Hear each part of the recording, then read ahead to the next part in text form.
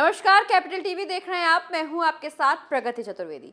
महाराष्ट्र कर्नाटक सीमा विवाद लगातार गहराता जा रहा है। इस मामले पर संजय राउत टांग अड़ाते हुए शिंदे सरकार के साथ साथ कर्नाटक के सीएम पर भी तंज कस रहे हैं।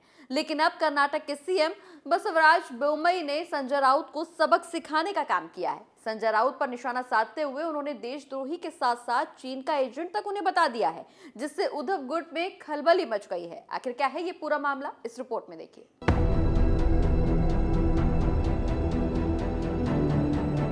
महाराष्ट्र कर्नाटक सीमा विवाद पर बयानबाजी करना संजय राउत को महंगा पड़ गया है। कर्नाटक के सीएम ने संजय राउत की लंका लगा दी है। दरअसल कर्नाटक विधानसभा में सीएम बसवराज बोम्मई ने एक प्रस्ताव एकमत से पास कराया।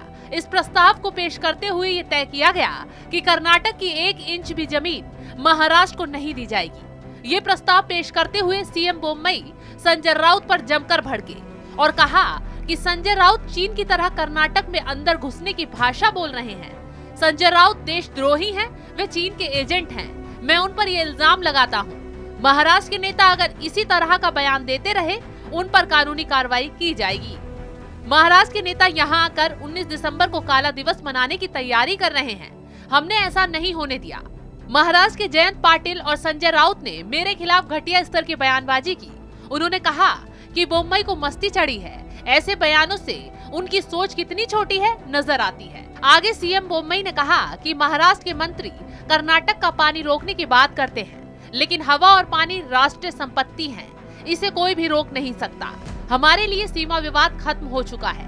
66 साल पहले महाजन आयोग ने सीमा विवाद को निपटा दिया है। तब से ही दोनों राज्यों की जनता शांति से रह रही है। महाराष्ट्र के नेता ही जानबूझकर सीमा विवाद का मुद्दा उठाते हैं और लोगों को भड़काते हैं। इससे कानून व्यवस्था बिगड़ने के हालात पैदा हो सकते हैं। तो वहीं दूसरी तरफ महाराष्ट्र में विपक्षी नेता अजीत पवार ने भी चेतावनी दी है और कहा है कि महाराष्ट्र के हक की 1 इंच जमीन हम लेकर रहेंगे। ये सब तब हुआ जब महाराष्ट्र कर्नाटक सीमा विवाद का मामला सुप्रीम कोर्ट में है। इसके अलावा सीएम बोम्मई ने महाराष्ट्र से ठाकरे गुट के सांसद संजय राउत पर भी काफी तल्ख बयान दिया।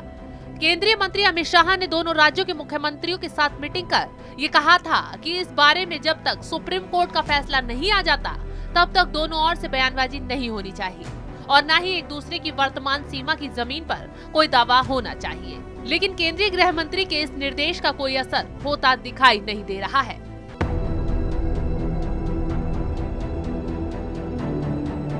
तो गृह मंत्री अमित शाह के समझाने के बाद भी महाराष्ट्र कर्नाटक के नेताओं की बयानबाजी रुकने का नाम नहीं ले रही।